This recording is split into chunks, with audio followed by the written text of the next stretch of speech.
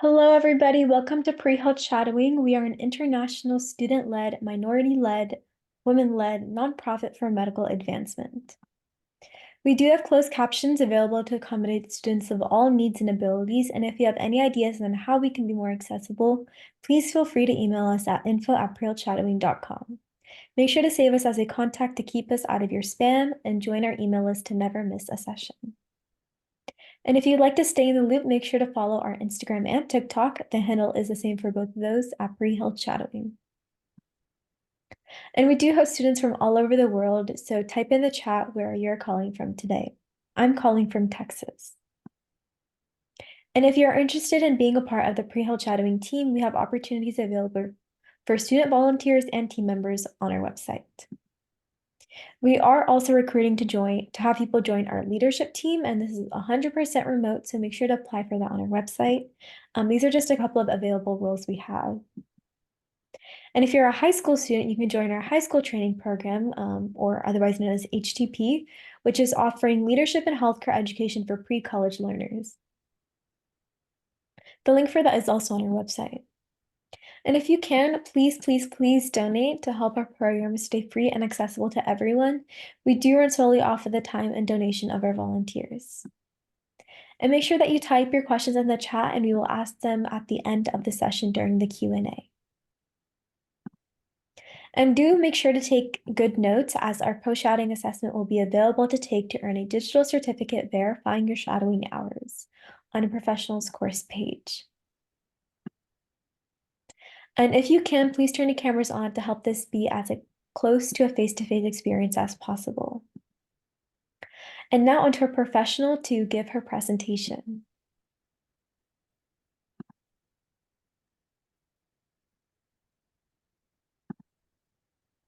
Well, hello, everybody. My name is Mirvat Alasnag, and I'm actually an interventional cardiologist, and I practice in Jeddah, Saudi Arabia. Sorry, I'm just trying to get this okay. So I'm an interventional cardiologist. I practice in Saudi Arabia. I trained in the US, did my, part of my training in California, and part of it was in Michigan, and then came back to the other end of the globe, to the desert over here. And this is where I've been practicing for the last 14 to 15 years. What I do want to do today is keep this interactive and engaging, and I want to be able to cater to any questions that may come up for you. What I do want to cover over the next hour or so is work-life balance, because a lot of women in particular, but family, we always have to juggle both. What happens in a career like mine, which is interventional cardiology? So you end up coming in the middle of the night. You come in at work hours are long and very unpredictable. The nature of the work that we do there can be instantaneous gratification, but these are very sick patients. So these are the patients that come in with heart attacks, myocardial infarctions, and shock, and so on. And so it can also be taxing and very stressful hours that we work. And so how to look at burnout and how to manage it. And then I want to end on a more positive note where we actually look at innovative learning opportunities in 2024 and where most of the training programs now are heading. And it makes it a lot more fun to be a cardiologist, but really in any field you choose, the opportunities have really changed.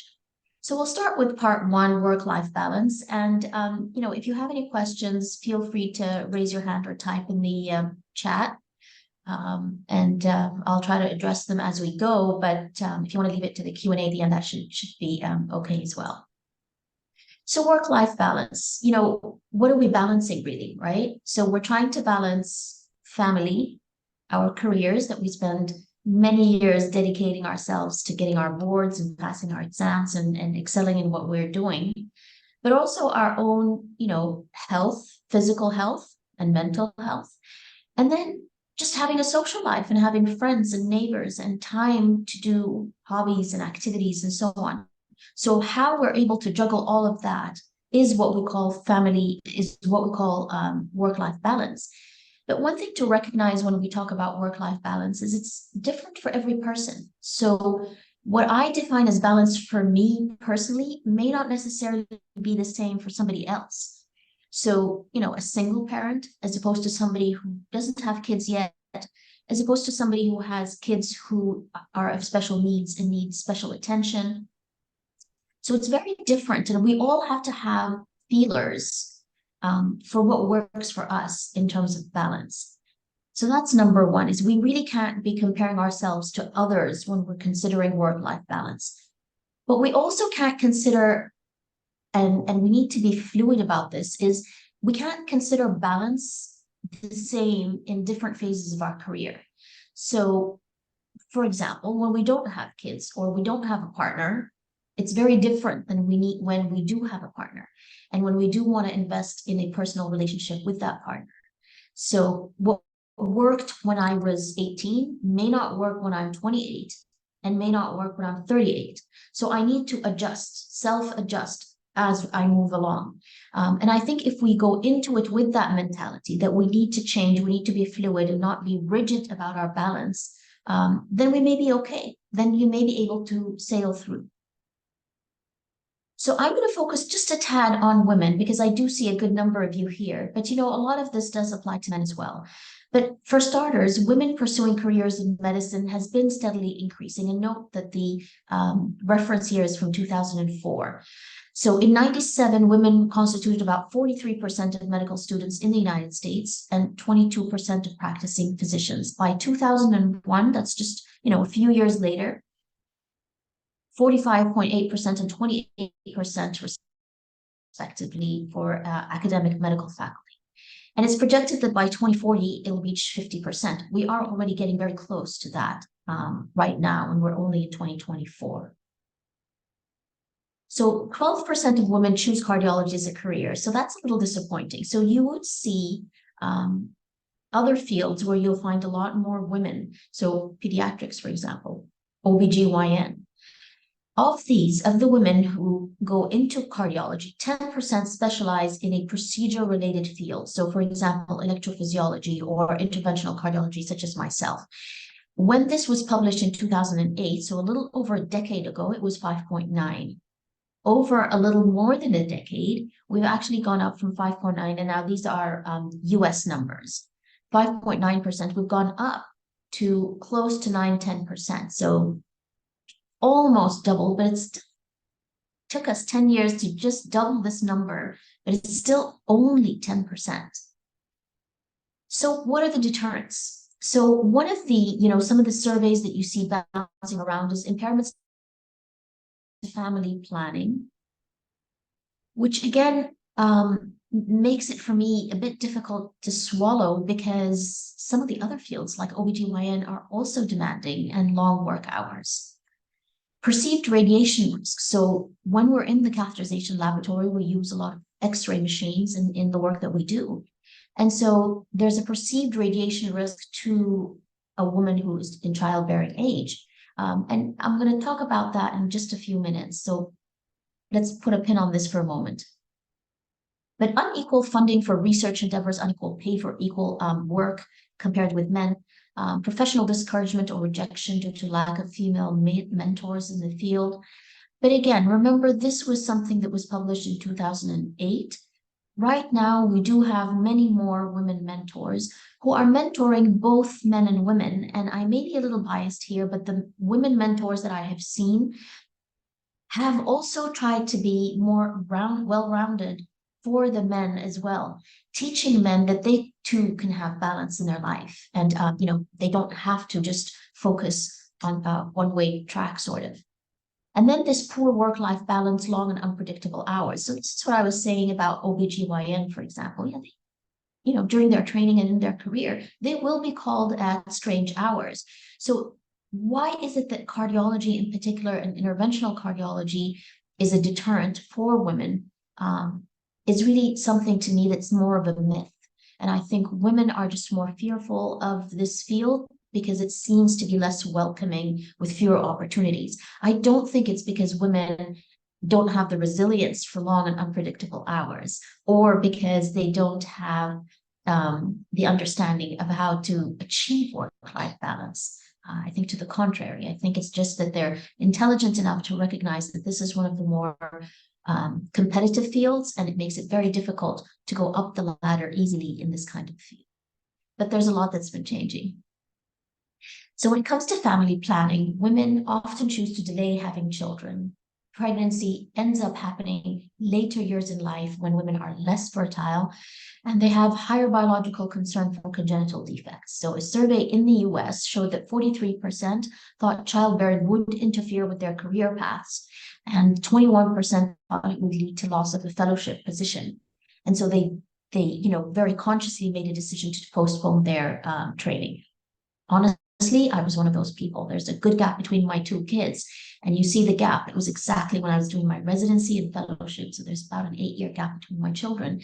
And it's just because I was fearful that I wouldn't be able to manage it. The same study found that women intentionally postponed their pregnancies. Now, this was US. Again, you move to somewhere like Norway. So the Norwegian study, the number of births for a female physician was inversely proportional to her choice of subspecialty. So the more subspecialized she was, the fewer children she had. And postponing the first child made it more likely that she would complete her training.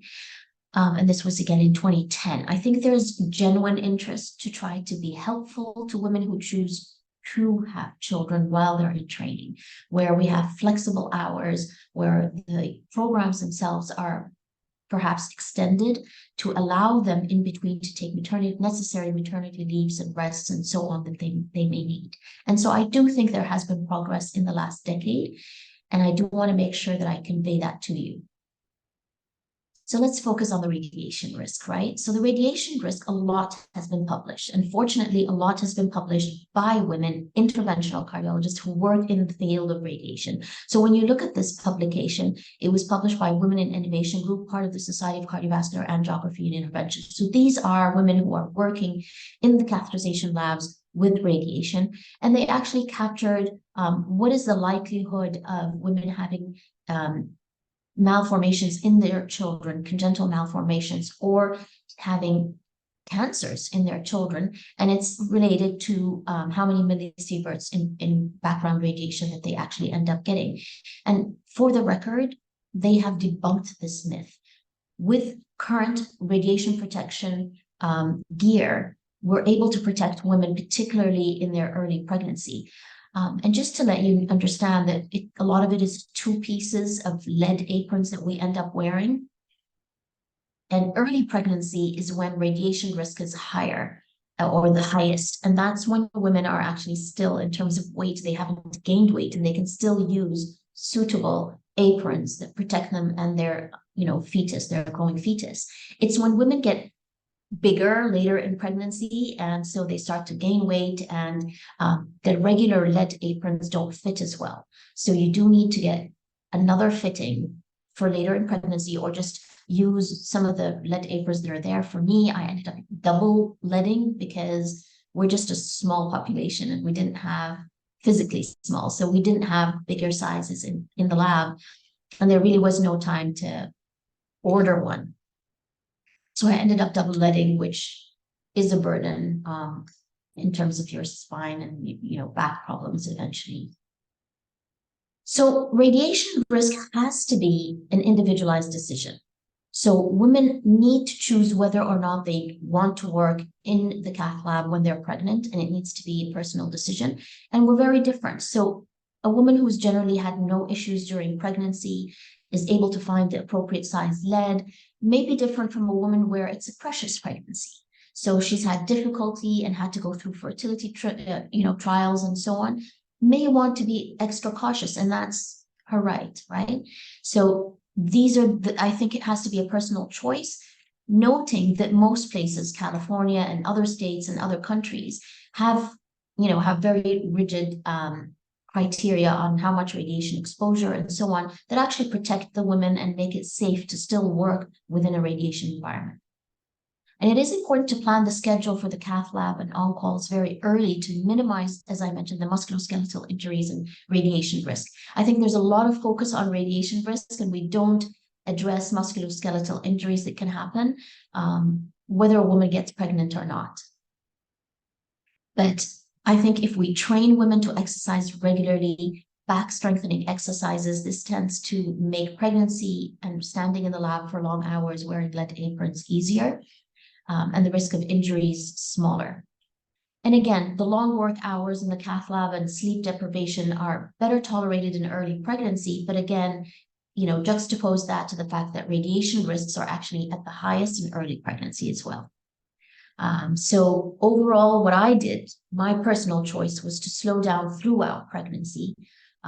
When I was, having my second child. My first child I was still a resident and I didn't spend time in the cath lab then. But when I was in the cath lab, I was already an interventional cardiologist, a practicing interventional cardiologist. And so I had more flexibility with my time. I sat with my boss and decided to spend more time doing clinical work, rounds, clinics, research. And I'm also certified in cardiac CT, so I spent time doing that, and cut down on the amount of time that I spent in the cath lab. And that worked well for me and my work and my job. And so these conversations are important to have very early on. So if you know you're trying to get pregnant, I would say this is the time to have conversations if you're on the job with your boss and if you're in training with your program directors, because they can tailor your training slots and so on so that your rotations and the amount of time that you end up spending. I think it's critical that once you're in practice, though, that this conversation again happens early, because when you're in late pregnancy, you really shouldn't be taking on calls. And for patient safety purposes, these are conversations that we need to have early on. Next is to come to unequal pay. You're going to see a battery of evidence about unequal pay for women. We must learn to champion for ourselves and for our colleagues, and it needs to start very early. So the sooner you start, the better. And it's not just about, negotiating your first contract. And I would say that this is a skill that you need to learn early in your careers and in your training, well before you finish your training and when you're still interviewing for your jobs. And I would say it's for men and women, because when your early career, especially when you choose a field where there's a need for you, there's a demand for the job that you want, you need to learn to negotiate for yourself and to, champion yourself, what you bring to the table, and do some homework, do some research, find out what starting salaries in these institutions, these states are, and learn how you can negotiate your first contract, because these are things that you don't actually learn in your training. You're focused on the medicine part of it. And then there's some professional discouragement, right? So there are always like these microaggressions and so on that can happen. They happen to you if you're a woman. They can happen to you if you come from a different background and different ethnicity, if you look different, if you have certain handicaps and so on. I don't want to be negative though. And I want to say that along with the professional discouragement, there is professional encouragement. And now there's serious efforts by most societies and institutions and so on to be diverse and inclusive. There are committees now that are dedicated to diversity and inclusion. And so it's a lot more promising than, when I was training over 15 years ago. There are also, for fellows in training and early career, there are now committees where they invite fellows and trainees and early career to be on these committees that used to be exclusive for, big shots. Now there's a seat on the table for trainees, and they want their voices heard as well. There are special awards and programs that are tailored to early career and fellows, for example, on leadership, on research, and so on. So there are actually a lot more opportunities out there, the World Heart Federation, the American College of Cardiology, and so on, if you're interested in cardiology as a field. If you're interested in interventional cardiology, again, the Society of Cardiovascular Angiography and Interventions has several awards. One of them is even going to early career and mid-career. The last one that we just ratified a week ago was 30 for 30. So they pick 30 folks who are in their 30s and give them it's not just an award, it's a sponsorship, and they can do their own research and start their own programs in their hospitals. So I think it is promising. And then finally, back recircling to this work-life balance, redefine what having it all is to you and to the significant people in your life. Remember, we sometimes forego career opportunities for family, and that's okay. So if you choose to do that, that is okay. So today I chose to postpone, for example, my having my children. And it finally worked out okay, but it was a conversation with my husband and a combined decision. And I don't regret it. So today I'm already the director of the cath lab in the hospital that I work with. And I was just promoted to be the director of a research center as well. So you can have it, but it can be staggered and it can come at different times in your career and it can still be fulfilling. It just takes some judgment and a little perseverance. Women in careers are still in the child bearers and still account for more responsibility with regards to the household chores and raising children. We need to be conscious of that. And a lot of more men are stepping up to the plate. And it is a better place to be today than it was, again, 15, 20 years ago. So for the women, do recognize that you will see these little microaggressions. So you'll see an eye roll when a woman has to go and attend. And this actually happened to me. So I was in fellowship, and one of my co-fellows had to go to a school activity for her kid. And, I just immediately saw the faculty, in their eyes, like, she goes again. A week later, one of our male fellows had to much do the same thing, go to a parent-teacher meeting in school. Everybody just started patting him on the shoulder and telling him, oh, applauding him and so on. And it was like, oh yeah, he's an involved parent and it's really good. Well, so these microaggressions happen. My advice would be, let it, grow thick skin sort of and let it just slide off. Do what you need to do. Let them roll their eyes. You could still go as long as you worked out your schedule, your program, your patients are safe. Do what you need to do. Don't let these eye rolls get to you. It's easier said than done. But, after it's happened to me and to others many, many times, I just learned to blow it off. Doesn't matter. I'm still, very goal oriented and I know where I need to be and let them roll their eyes all day long. And I think if you go into it with that positivity, it becomes a little more bearable. So one of the things that I found very difficult and I struggled with when I was starting is when I was interviewing, I was asked, how will you balance work-life family? And I didn't know how to answer it then. And frankly, I don't know how I would answer it today either. These kind of questions, fortunately, are now not permissible. So when you're applying to residency and fellowship programs and even jobs, they're not allowed to ask you this just because you're a woman and frankly, or a man. And they really shouldn't. And the reason I found it difficult to answer then is I simply didn't know. At some point down the line, my late father got ill. It was very difficult to balance, and I did need to take some time to be with him when he was in the critical care unit. Same thing happened with my child when he was in critical care unit. You can't predict all of these things. And yes, it will throw you a little off balance, but you need a job that will appreciate you, appreciate your humanity, and appreciate that these things will happen to you. In between, you're there, you deliver, you're goal oriented and you get what needs to be done. And so your job is able to accommodate you when things aren't going so well for you. So that's why I found that question then very difficult. But I remember at the end of my fellowship, and although I was asked that question in my interview, when I was finishing my fellowship training and I was ready to come back here and start practicing, they were very happy with my performance. And they actually said, we're going to start accepting more women into interventional cardiology programs because of you. And it just made it all worth it, really. And so this is what I'm trying to convey, that there are difficulties. Prepare yourselves mentally for it, but recognize that there's always light at the end of the tunnel. So negotiate your options when you're pregnant, the time and the hours and how flexible your schedule is going to be, your maternity leave, plan it ahead of time. Make sure that maybe even when you're not pregnant yet and you're still negotiating your contract, that you tell them how much maternity leave is going to be built into my contract. Lactation, double check. Is there allocated time and space? Is there somewhere I didn't have space to go and, do the pumping, and look at flexible hours. And then again, childcare. Do you have a nanny? Can you afford a nanny? Is there on-site daycare facilities? It helps. Create a support system. We don't live alone in a vacuum. The good thing is we have a lot. The world is a small place, it's a village. So create a support system around you, families, neighbors, friends. Um, and I think, what goes around comes around sort of, and it's a two-way street. I remember one of my colleagues at work when I first started was his first time to be a granddad.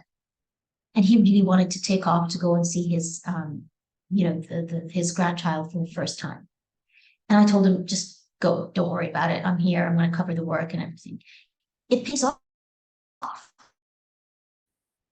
because next time when I needed time off to go and, spend some time with my child, it's like, you know what? Go do what you need. Thank you. So I think you need board and not to take it for don't take it as your family for granted. It's a way street, but it works.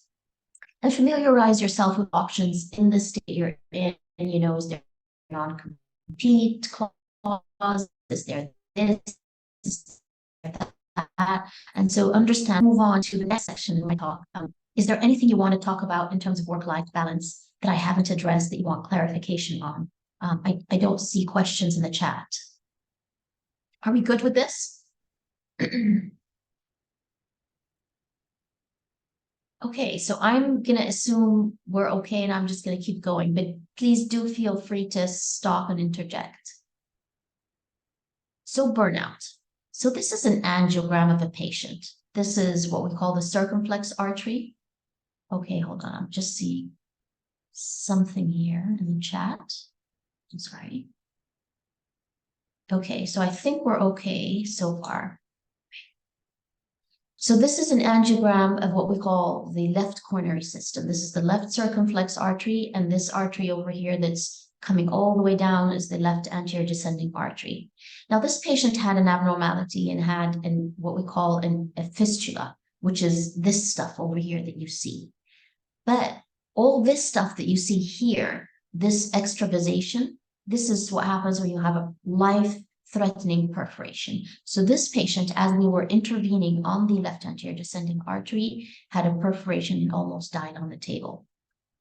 The image on the right is we put a covered stent and we sealed that perforation. You no longer see all of this storm that you kind of see over here. So it's no longer there, and the patient did well. And you see these tubes that are sitting out here.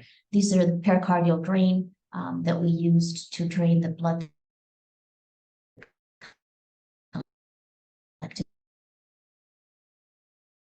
pericardial space, because if the patients happen, and we go, we're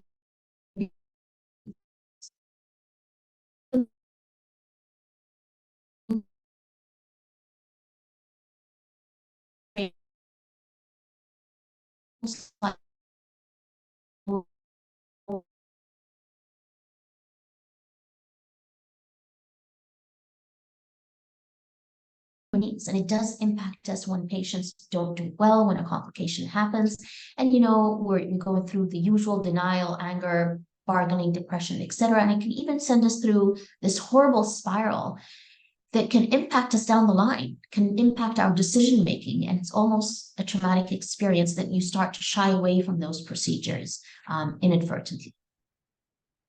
And when we do look at the stages of grief, what happens is the experience you expect us to go through, the denial, anger, followed by some depression, and then a little bit of, acceptance, and you start bargaining, and you go through that in waves.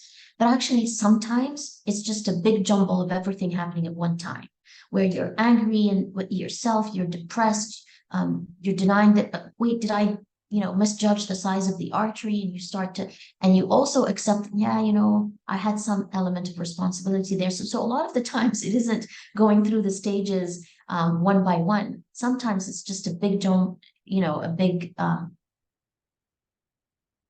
maze that's happening in your brain at the same time. And when we look at mental health conditions, particularly in cardiology, emotional harassments, discrimination, divorce, etc., all of these really are predictors of our performance. And things like, other than, harassment, discrimination, but being divorced, being under the age of 55, all of these having events that have happened all impact us. And this is really an interesting article that was published, I'm sorry, that actually shows stressors and so on in different parts of the world. And you can see how they impact men and women. And when you look at the NCDR, the National Cardiovascular Data Registry sleep deprivation analysis, and you look at sleep analysis, it's really the number one predictor. And so predictor of bad outcomes, of mortalities and health issues, mental health issues in operators and interventional cardiologists. So what we need to do is that during the procedure, don't deny that something is going wrong. It's very easy to say, no, no, no, this is not a perforation. This is still part of the fistula that I was seeing. So the arrogance and the ego in interventional cardiology can actually prevent you from even detecting a complication, and you deny it. So then that's the number one. Number two, you need to be familiar with these algorithms and comfortable patients' safeties in your hands.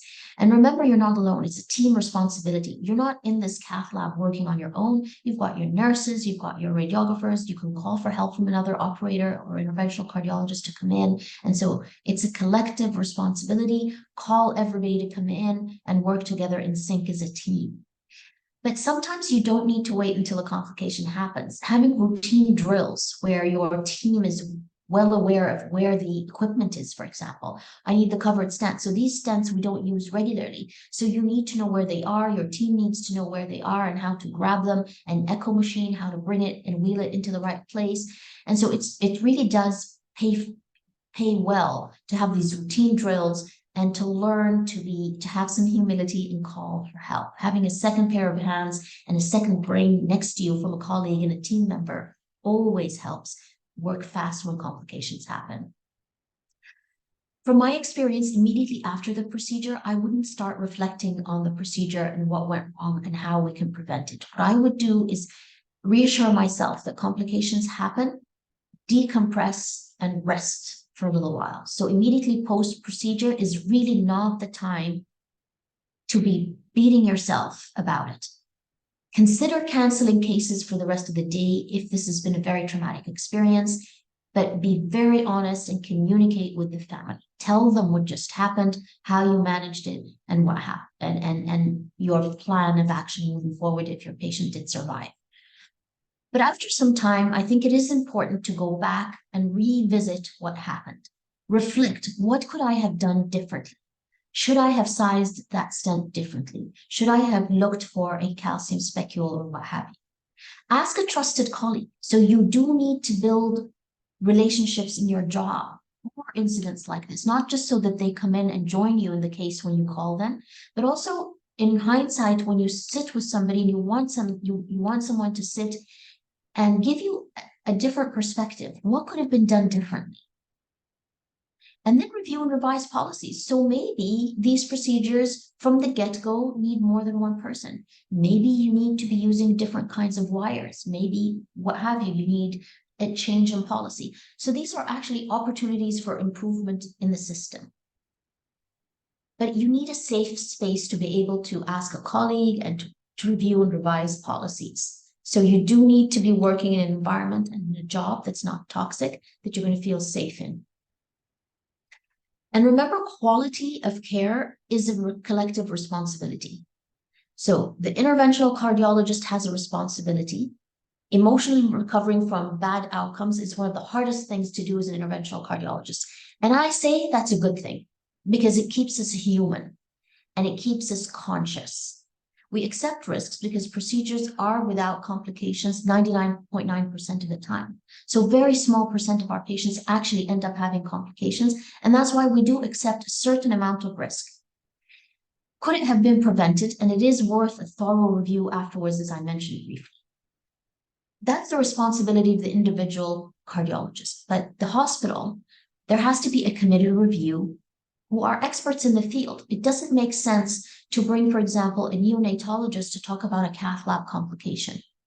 You need to engage quality officers, medical administration, all the relevant personnel. So you may need, the perfusionist to be there, the nurses, etc. So it's not just the physician. You need to report system failures and recommend changes like labeling medications, revisiting on-call schedules if they've just become too cumbersome, and routine review of cath lab cases and tools. So before complications happen. So have a morbidity and mortality meeting where you're doing the reviews, quality cath lab metrics. So you're looking at patients who bleed, for example, or patients with MI that have door to balloon times. And then having peer reviews. So you're looking at how much radiation am I using? Am I overdoing the radiation? Am I using too much contrast, etc.? And report operator failure and reconsider privileges, additional training, counseling.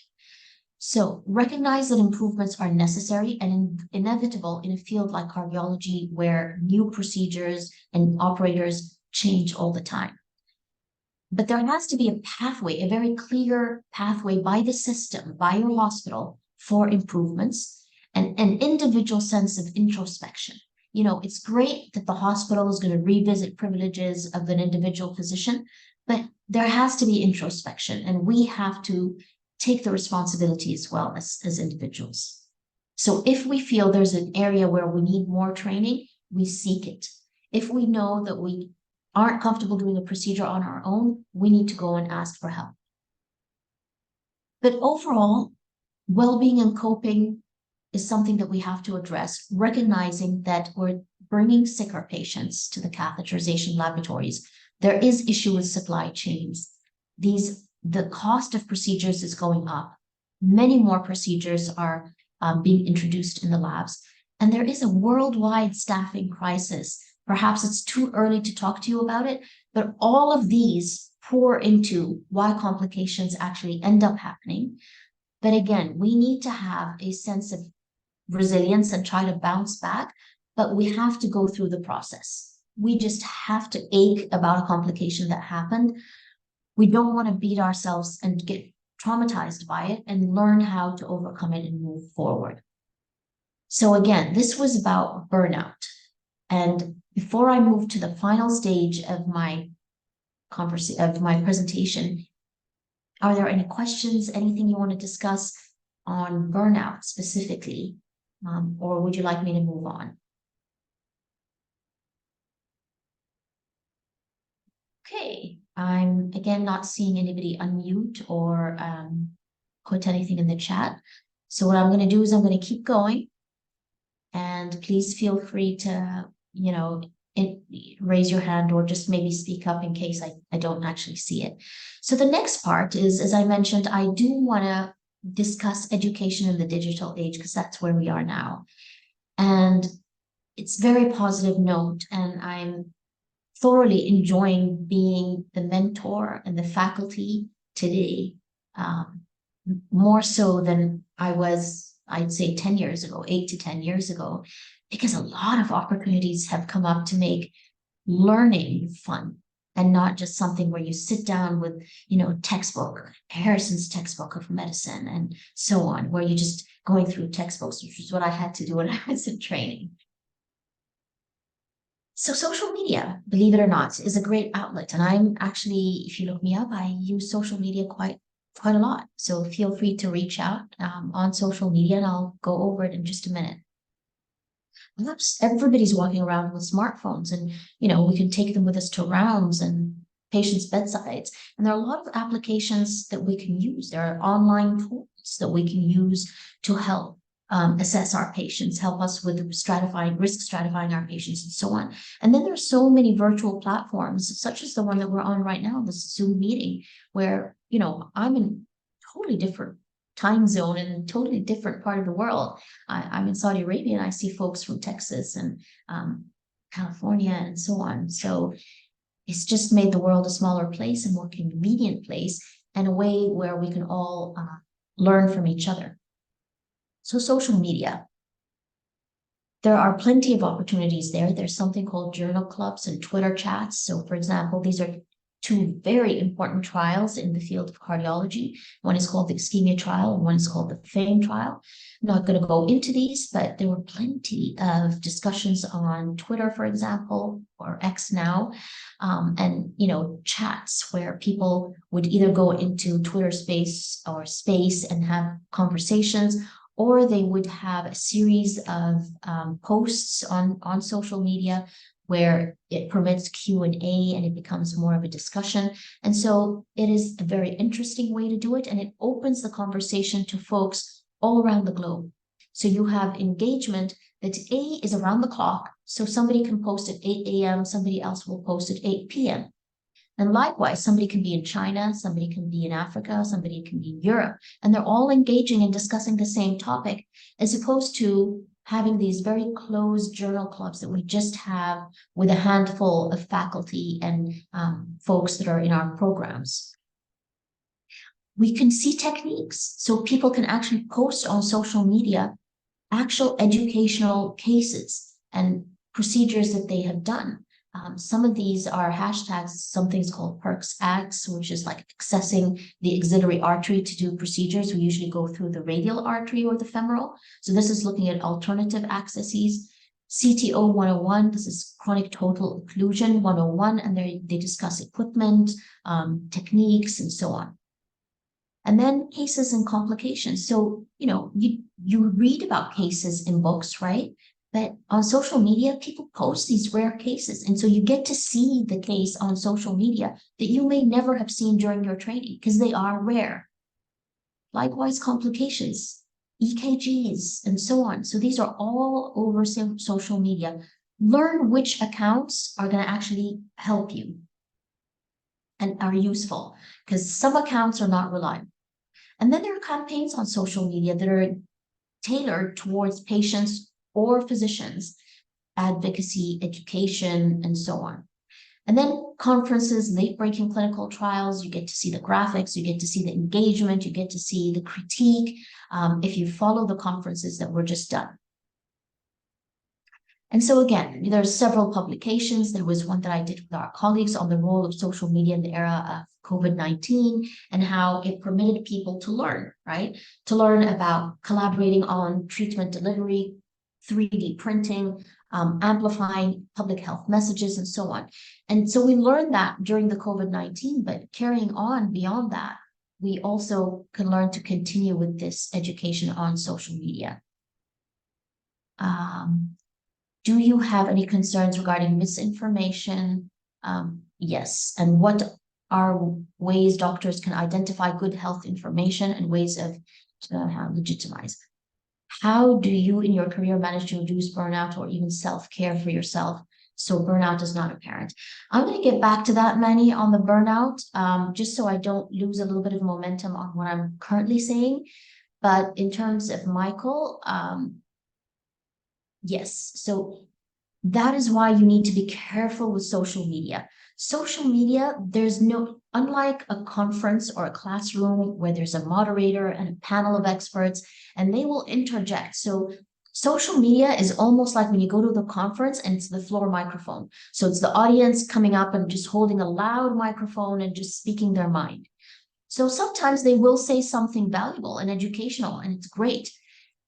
And sometimes not. Sometimes there will be misinformation, and it's the role of the moderators in the panel to, bring balance back to the discussion and to bring the evidence back to the discussion. So unfortunately, social media is not regulated and you don't have moderators. And worse than that, I'm not sure if I actually address it here. So I believe maybe in this one. So the do's and don'ts of social media.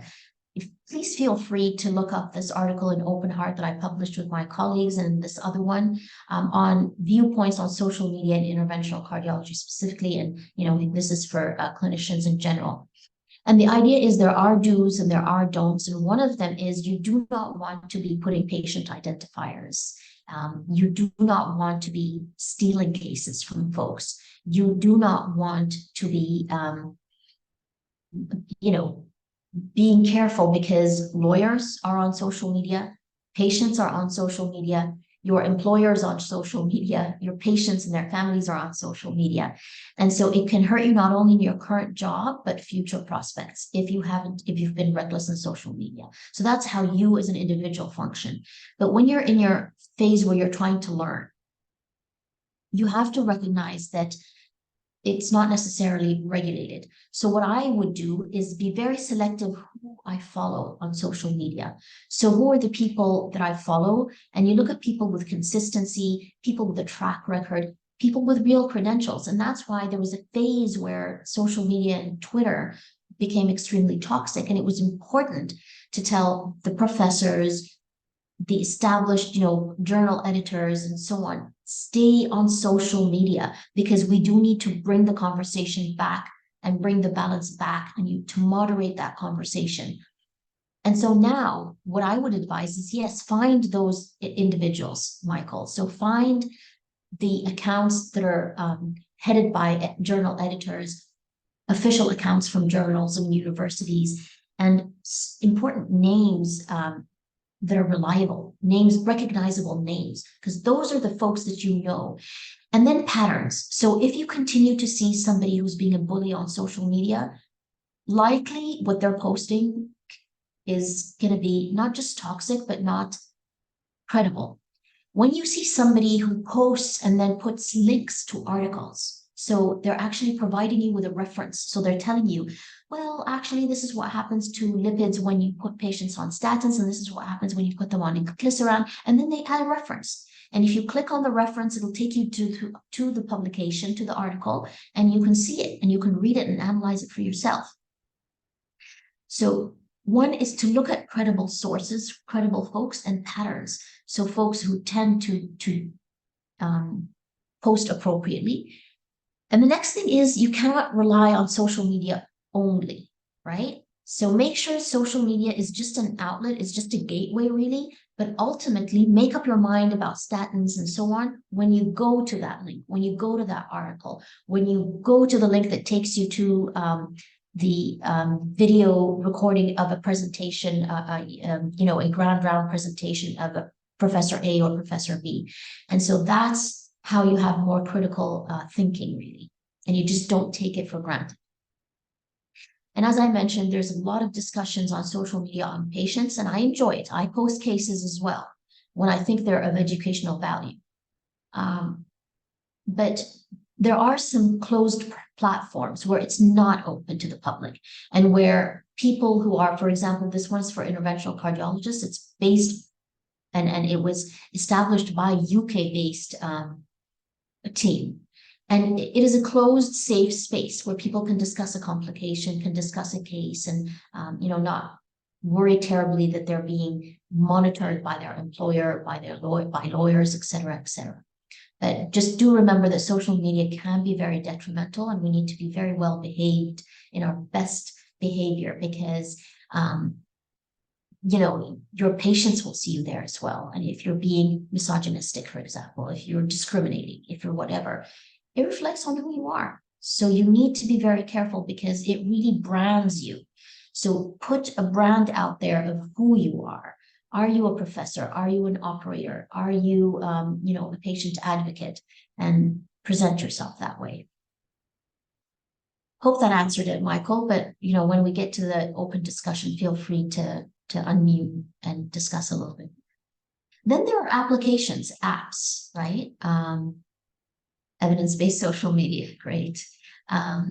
So when you look at applications, we can all download on our phones applications. So for example, the American College of Cardiology has the atherosclerotic cardiovascular disease risk calculator. And you can just be sitting in clinic or wherever, and you just put in the factors, you download the app and you just put in the different factors for your patient and you get your risk score for your individual patient, and you decide, oh, this is the target blood pressure, this is the target LDL that I want to reach, and so on, and have that conversation with your patient. If you're doing a complex coronary intervention, so you're going to be putting stents and you just want to put in your patient's anatomy and you want ideas, tips on different types of bifurcations, it's called bifurcate. And so done at Mount Sinai, so all sorts of applications, and you can put it in and it'll give you what these different techniques are and the best part of it. But again, when it comes to the do's and don'ts of applications, it's not always individualized care. So at the end of the day, you're getting a risk score from an app in your computer, on your phone or computer. but every patient is different. So not every 55-year-old, when I enter your app, 55 years old, diabetic, not every 55-year-old diabetic is the same. Some diabetics have an additional mental health disorder, an additional socioeconomic impediment, which is not calculated in the app and can make it very difficult. And again, it doesn't allow for collective decision making. It's just an app that's telling you use this strategy is the best, most suited for the anatomy of the patient, for example. But we've learned since then that there's something called a heart team for cardiology, and there's input from the interventional cardiologist, the surgeon, the anesthesiologist, etc. And so when you're working with an app alone, one of the negatives of that is that you don't get that input from the whole team that's managing the patient. The positive part of it, the upside of it, is that it's on the go and it helps you with the decision making. It shouldn't be the exclusive decision maker, but it's a additional guide sort of, or assist sort of for decision making. So again, this was the ASCVD risk calculator that I mentioned, and there are all sorts of scores, bleeding scores, syntax scores for coronary anatomy, self-assessment program. So the ACC, American College of Cardiology self-assessment program, where you can go in and when you're preparing for board exams, you just go over a battery of these multiple choice questions and so on. And so, and you see the answers, which again have lovely references. And then webinars, such as the one that we're having right now. So you can have cath conferences where you have global webinars. And so instead of having a cath conference where you're discussing a case only with your hospital employees, you're having it with folks all over the world. So Hong Kong and UK and USA, Canada and Brazil, we're all on a conference call together and we're doing it and discussing a case, and you get input from what different healthcare systems are doing that may work and help you improve your own systems. The problem with that is Zoom fatigue, right? A lot of us have so many meetings and classes on Zoom that there is an element of that. The in-person discussions. So Zoom has become great because now you can even, I can draw if I have the right Zoom platform for you and focus on certain areas, and it can be interactive. But I've learned that particularly for early career fellows and training students, the one-on-one in-person conversations and establishing that connect doesn't happen as easily on Zoom. I think we're a relatively intimate group or a small group right now of less than 20 people, that it makes this interaction okay. But once you have a grand round on Zoom where you have 50 to 100 attendees, it becomes very difficult and really not manageable. And I've had those. But when you have a grand round and you're there in person, giving a grand round in hospital aid, end of my talk, when I'm stepping off the podium, a bunch of young folks come and I can have a one-on-one conversation with them. They get my email and, we stay in touch and stuff like that. But the other part of it is convenience. So, it's convenient. You can be, I'm at home now. I'm giving you this talk at home. So believe it or not, yes, it is the typical Zoom thing. So it's 4 a.m. now, 5 a.m. my time. And yeah, I do have my pajamas underneath this. So it is very convenient and the time and so on. So it's very convenient. It's a more relaxed environment. Virtual education, simulators, models, remote education.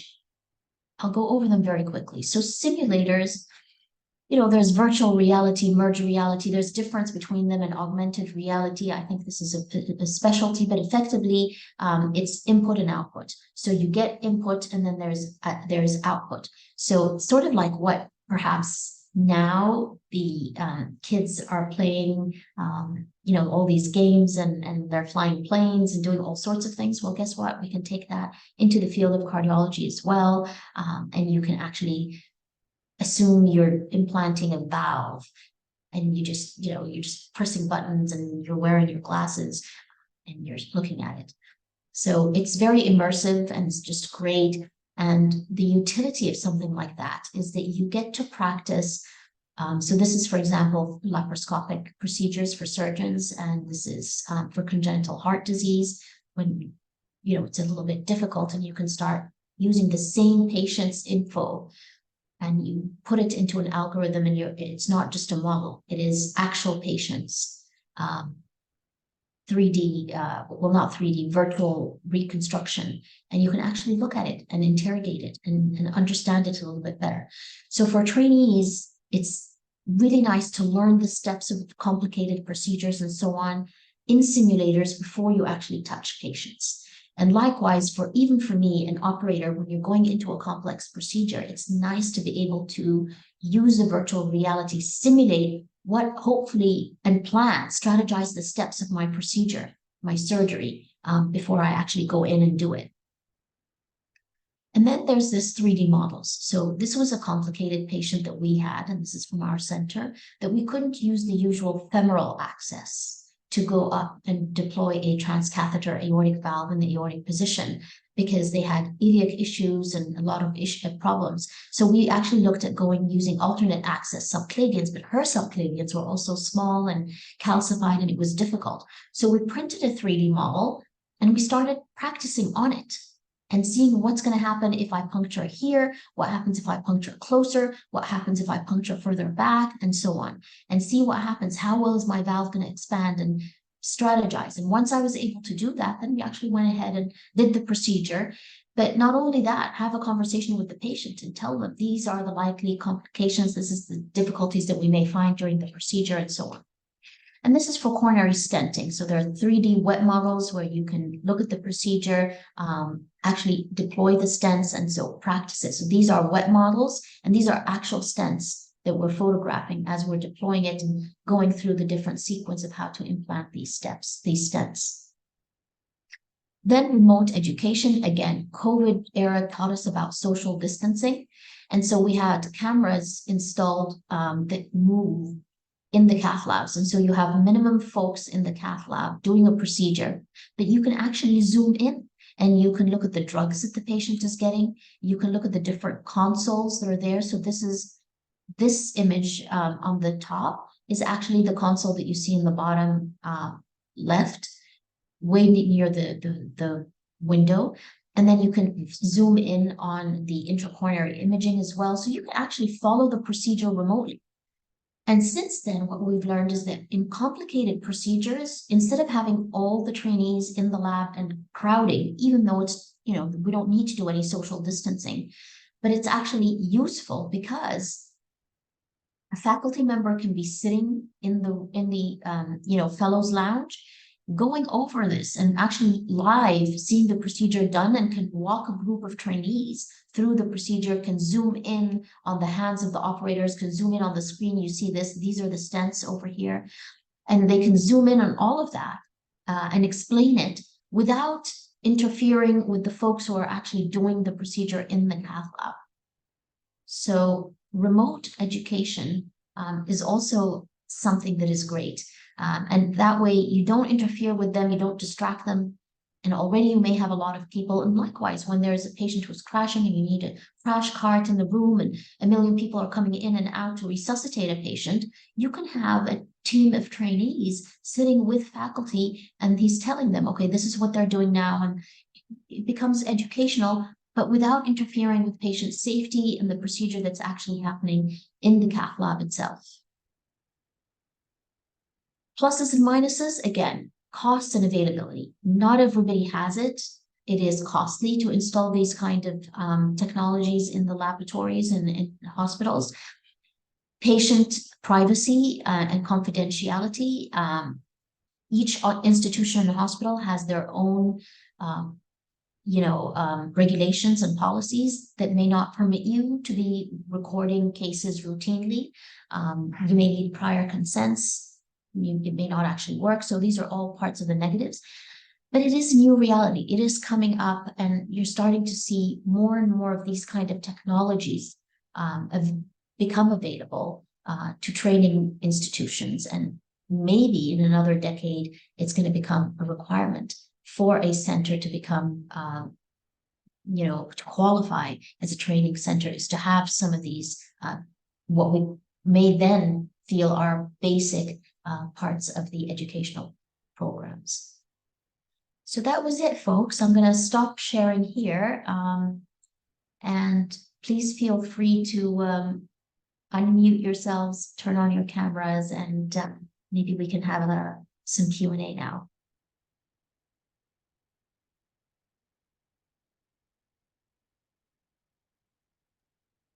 Yeah, so feel free to ask any questions in the chat about like work-life balance or the career itself, like cardiology, any questions you may have. Now is the chance to get those answered. So in the meantime, I am going to address Manny's question. Um, Manny was saying, how do you in your career manage to reduce burnout or even self-care? So again, I'm going to remind you, Manny, that it's different for everyone. Um, so what works for me may not work for you.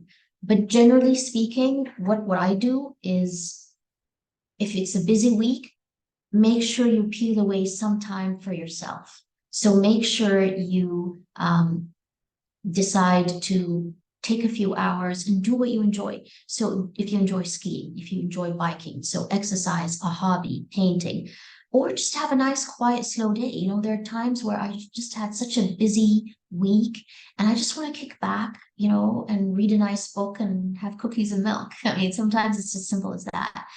Um, but do make sure that you build in regular times for you to be with your, you know, some me time or time for family. So you go on trips. So what I do is have short trips. That's what I do. Some short trips, you know, could be an hour drive from where I am, or it could be, you know, during the winter break or the summer break with the kids and their dad. And you do need that. You most certainly need time where you just put things aside and focus a little bit on something completely different from the job that you're doing. In order for you to re-energize and come back and you're just ready with ideas to do it. And make sure you get enough sleep. I would say sleep deprivation is actually a trigger. So just make sure you recover. Sometimes the week is really busy, but then we can do some catching up if you need to do that. So I would say, honestly, a healthy body. So make sure you're healthy in terms of exercise and diet and sleep as best as you can.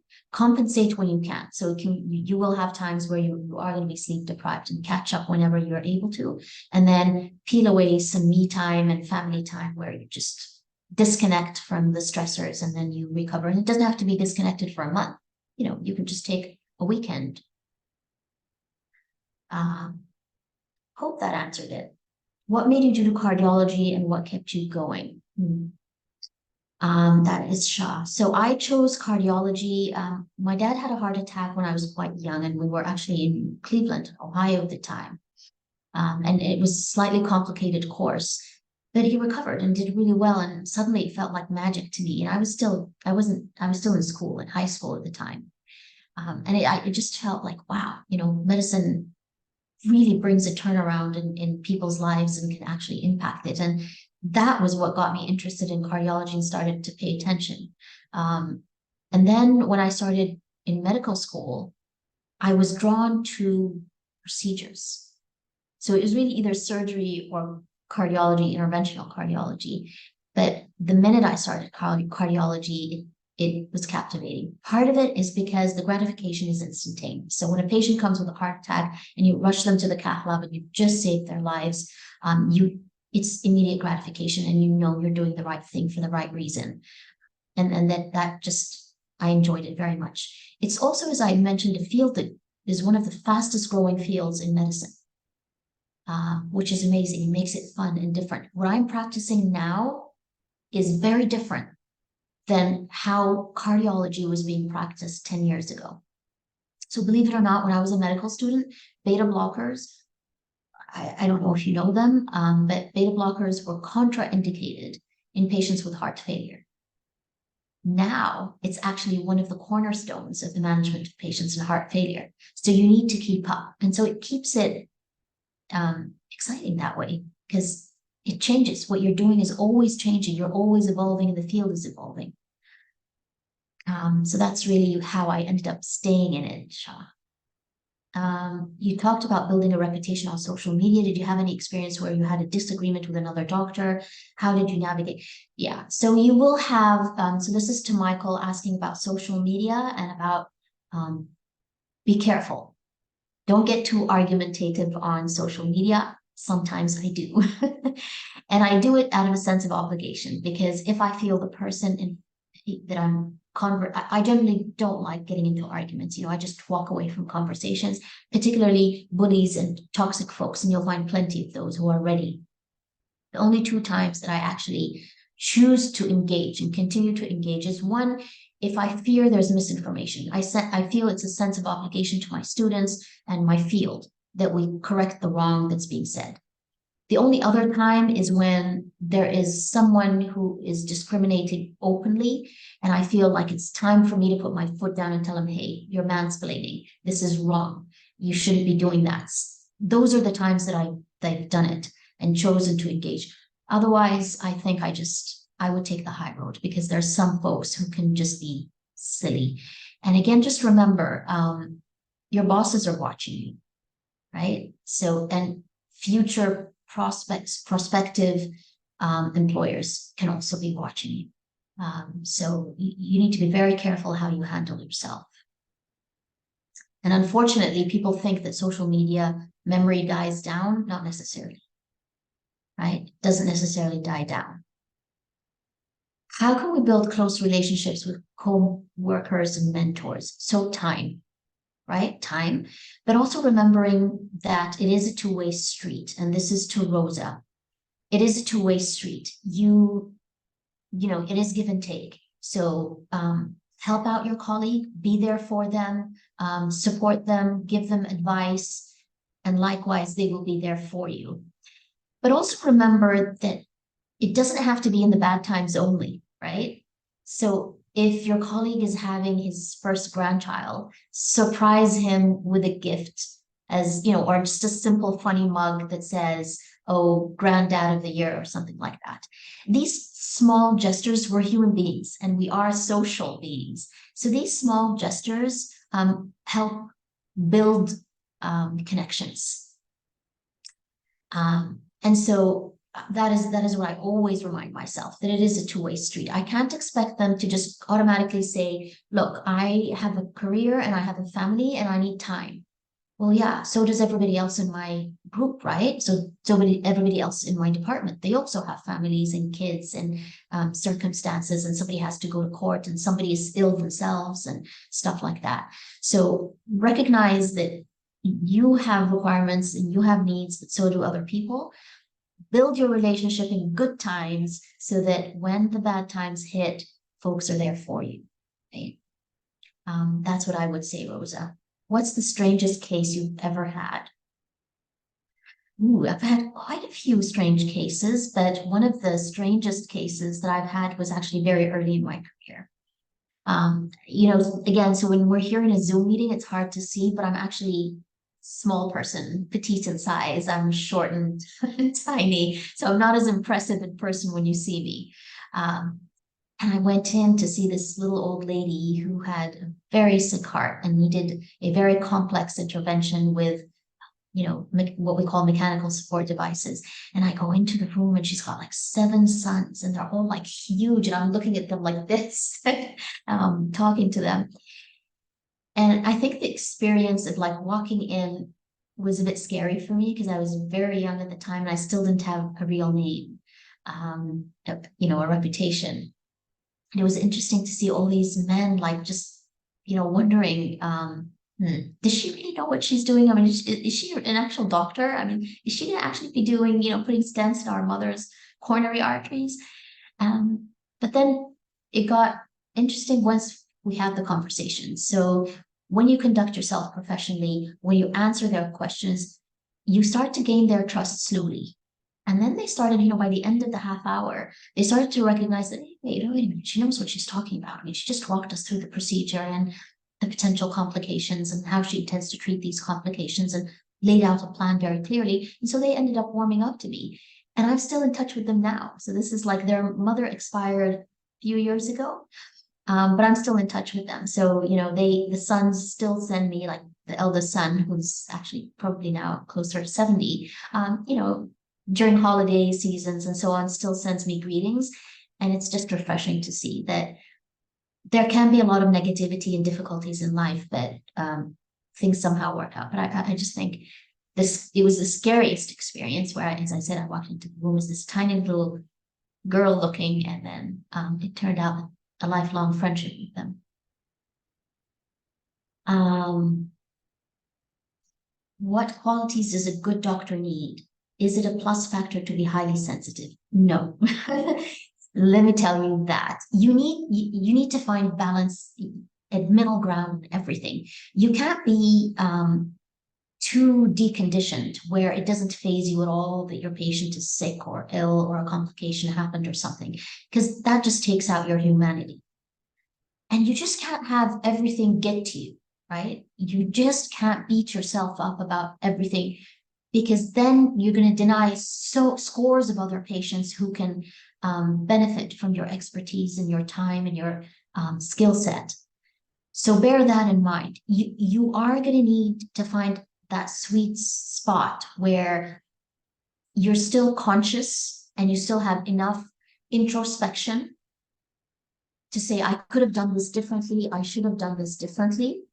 But at the same time, making sure that you move forward with it. You use it as a learning experience, and you hopefully change to the better and grow. So that's what I would say. I think I'm not seeing any more questions. So I had a couple of direct messages as well. So one question I had was, what emerging trends do you see in preventative cardiology, and how might they change the way we approach cardiovascular health in coming years? Preventive cardiology is actually a very exciting space because I think what we do in the cath lab is really, sort of the end story. But we need to start our interventions and our care much sooner, which is where prevention works. So I think there's a lot right now that's available. So there are a lot of drugs in terms of lipid lowering. There are drugs and procedures for hypertension, like renal denervation. There are a lot of drugs now for weight loss, because we do have an epidemic of obesity around the globe, everywhere. I mean, even in our part of the world, people are just sitting on smartphones and computers and sofas, and even kids, and nobody wants to actually go out and play in the playground, so to speak. So I think there's a lot of potential in the space of prevention. There are a lot of programs now for weight loss, and not just drugs. So great programs where folks can exercise and learn more about diet and healthy diets and smoking cessation and so on. So I would strongly encourage you folks to go into that field. It's still a growing and expanding field, and not many. So great job opportunities there. How many years did it take you to become an interventional cardiologist, and what advice do you have for young women going into this field? Well, interventional cardiology, I mean, internal medicine in the US is 3 years, and then cardiology is another 3 years, 6 years. And then that's general cardiology. Interventional cardiology is a year, so that's 7. And then there are certain subspecialties. So if you want to do structural intervention, so you're working with valves or high risk PCIs and so on, that could be another year. So you're looking at about 8 years from when you graduate medical school to become an interventional cardiologist, around roughly 6 to 8 years, depending on what you choose to do. And I would say just plan for women. I would say plan a lot of planning, because it actually makes it easier for you as a person, as a human being, to deal with the stresses of the schedule. It is intense. It is intense training. You'll be working in all sorts of hours, but you can do it. And you can do it if you have planned ahead of time. So, you've worked out with your husband, for example, childcare. For me, for example, my parents helped with the kids drop offs and pickups from school. My sister did as well. She's a pediatrician, pediatric critical care. And so she and I used to alternate.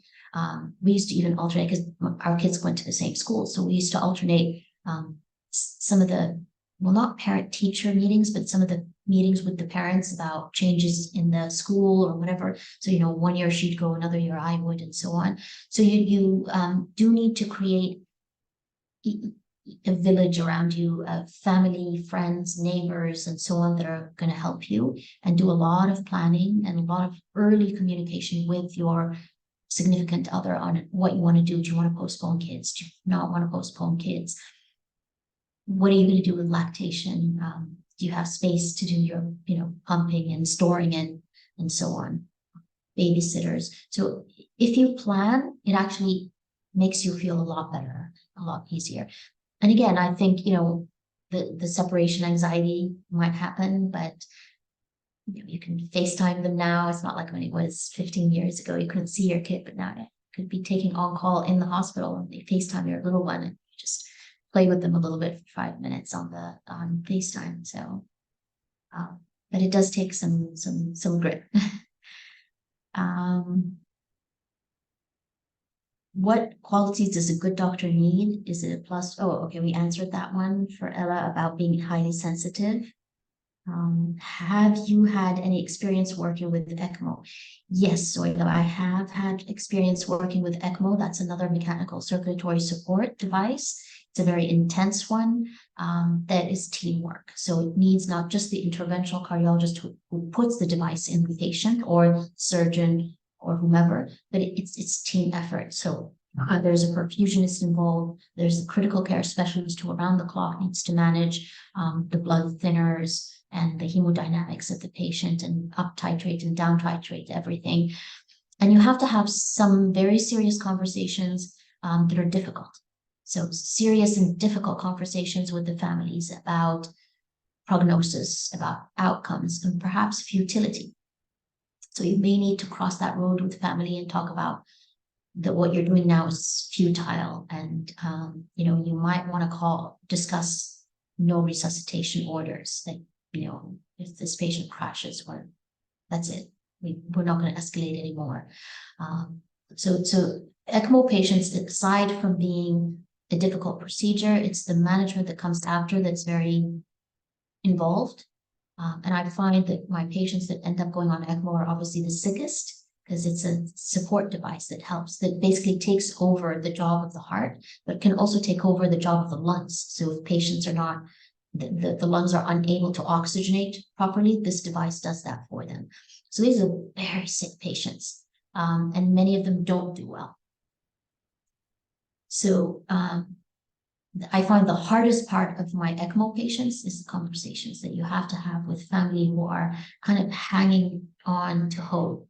And you want them to be hopeful, but you want to be a realist as well. You want to make sure they understand potential complications that can be very serious, and that all the efforts may still end up with a patient expiring. So those conversations are difficult and can sit heavy on you as a physician. Any more questions? Yeah, so another question I had in direct message was, how do you believe artificial intelligence and machine learning will impact and diagnose and the treatment of cardiovascular diseases in the future? That's a really good question. So artificial intelligence is actually growing, right? And there's just impressive, it's an impressive space. There's a lot that's been done with artificial intelligence in terms of diagnosis, in terms of providing algorithms and so on. But I think there's a lot of fear that it's going to replace human beings, and it's not here to replace human beings. In my opinion, it is going to complement what human beings do and perhaps facilitate what human beings do. It reminds me a little bit of like the Industrial Revolution. So, you know, when automation was starting to happen, folks were afraid that they would lose jobs. So it's not about losing jobs, it's just changing the nature of the job that you're doing, because now you have a machine to help you do what you need to do. So for example, in terms of artificial intelligence in the cardiovascular imaging, it's been remarkable. So instead of manually going and calculating, for example, in a cardiac CT, the calcium score, the machine can automatically do it for you. So it just saves you time. But there are areas where artificial intelligence still doesn't perform well, right? And so there's still areas where it needs to be better developed. And the more we work with it, the better the algorithms are, because artificial intelligence is really about, what you put in is what comes out. So the more data you put in, the better the prediction tools are, and so on, and diagnostic tools that artificial intelligence can provide. But I think we're going to see a lot more of artificial intelligence, and yeah, there is an AI revolution happening actually. Why did I choose to be a doctor over other specialties? Was there a specific moment or experience that you had that you came to this realization?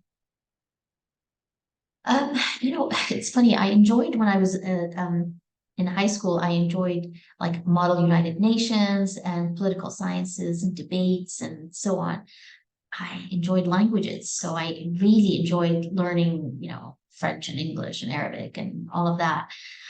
Um, but I also really, really enjoyed biology and human biology when we did that. And so I think I made a decision.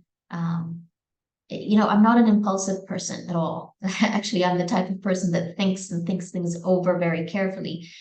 But it does seem to me the most important decisions in my life were a little impulsive. I actually met one of the women pioneers in medicine. She was the first woman ever in the Middle East to be a physician. She was an Egyptian woman, and she was old at the time. She was the dean of the medical school. And so she was a rarity, and I had that opportunity to meet her in person. And she was just very charismatic and very passionate about the field. And that just was a 180-degree difference for me. I was ready to go to Duke, and I was actually enrolled in Duke, and I had the keys to my, safe deposit box and everything. And I was headed there. And I was just spending a summer elective in Dubai, where I met this woman who's from Egypt. And I just decided that no, I don't want to do that. I want to go to the medical school that she's running. And so over summer, I changed course completely. Although I had, as I said, I was planning going to Duke in North Carolina, and applied and, had my dorm room assigned to me and everything. I was just going to go and do a summer elective somewhere. And I ended up changing, and that's how it happened for me. So likewise, when I, fell in love with my husband and we got married, it was a very impulsive decision. Neither did I regret. I didn't regret either one of those two decisions, but I'm not suggesting that that's how you should do it, go with your guts kind of thing. But those were the two most important decisions in my life, and they were quite impulsive. They were not the more thought of, when I looked up schools for my kids, for example, I went to a million schools and nurseries, and did a lot of shopping, and made a very informed decision of which schools I wanted my kids to go to. And that's the way I function, generally speaking. So it is a bit surprising to me how I chose it.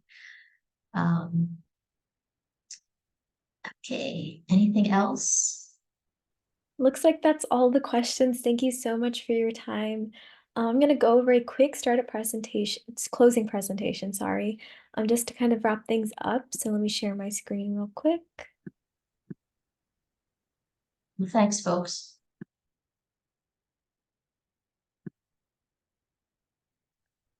So let's reflect on what brought you to the session today. What are 3 major takeaways you got from the presentation, and what you would like to learn more about in the chat?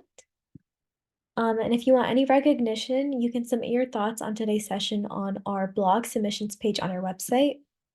And if you're interested in being a part of the pre-health shadowing team, you can join our student volunteer team or our team members. And if you can, please do donate through the QR code to help our program stay free and accessible to everybody, as we do run solely off of the time and donation of our volunteers. And then we do have uploaded our digital certificate for attending. So just take our post-shadowing assessment on our professionals course page at prehealthshadowing.com and sign up for the free course.